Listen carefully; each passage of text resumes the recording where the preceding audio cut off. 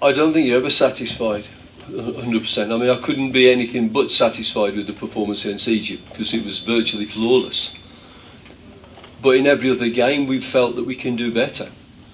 There's always been an aspect to the game. I mean, if we take Ivory Coast, then we just weren't in sync with our front players. Our front players, we didn't get support up to them, and our possession was not opening the field up, and the pressing was not as good as it had been. You know, so we knew we could do better, and we did better against Namibia.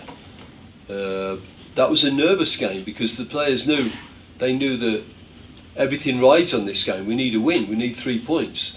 And Namibia had played a really tight game against Morocco, and before that we knew that they'd beaten Ghana in their final warm-up game. So we knew that Namibia were going to be no mugs. So we went into that game. I thought our attacking play was better, but we were a little bit erratic in our play in that game. You know, we weren't stable, and I think that reflected the nervousness. Morocco.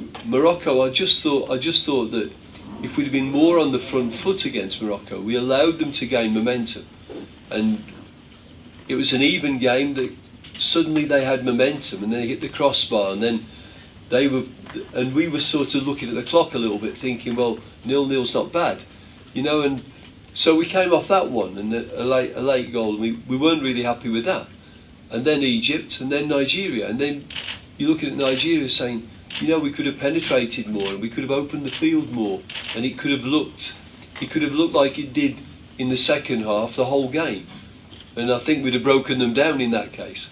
So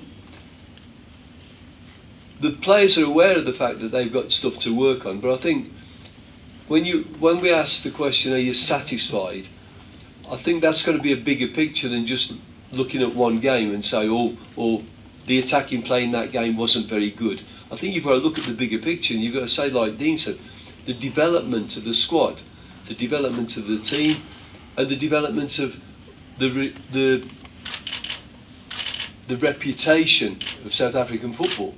You know, when we started this AFCON, you know, I'm reading, in fact I've not read, but someone's read it to me, you know, to hell with Bafana, and let's boycott Bafana, and things like that. But I don't think that is founded. Before we came, just by the by, when we got on the plane in Addis Ababa, Ethiopian Airlines, they presented us with a cake. They made a big ceremony with TV and everything on the plane because they thought we'd been unbelievable. Jose Mourinho sent a text saying that this was a performance that you and the boys should be proud of. You know, Arsene Wenger sends me a text saying that this is an un-African performance, and he wasn't being derogatory in any way, shape or form. So, you know, out there they think we were fantastic, but still we've got to read let's boycott Bafana. I don't think that's founded, and it's not founded, but it's founded in the bitterness of a defeat. So you can isolate losing against Nigeria and say, you know, we lost to Nigeria, you can't change that, we lost, you know, and we can be like that, but then we'll never open up, and we'll never really get that development that we want. So am I satisfied? No, I'm not, and I don't want people to go away with the thing, oh, he's satisfied being a loser. It's not that, but I think we have to be satisfied with the progress and the reputation, how it is now enhanced, because people now believe in Bafana. The two best games so far have been voted as Bafana Egypt and Bafana Nigeria.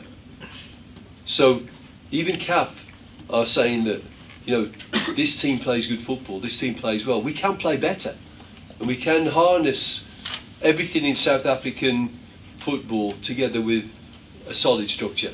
But that won't happen overnight. But I do think that we've built a good platform. As Dean said, we've built a good platform, and we can go forward from there.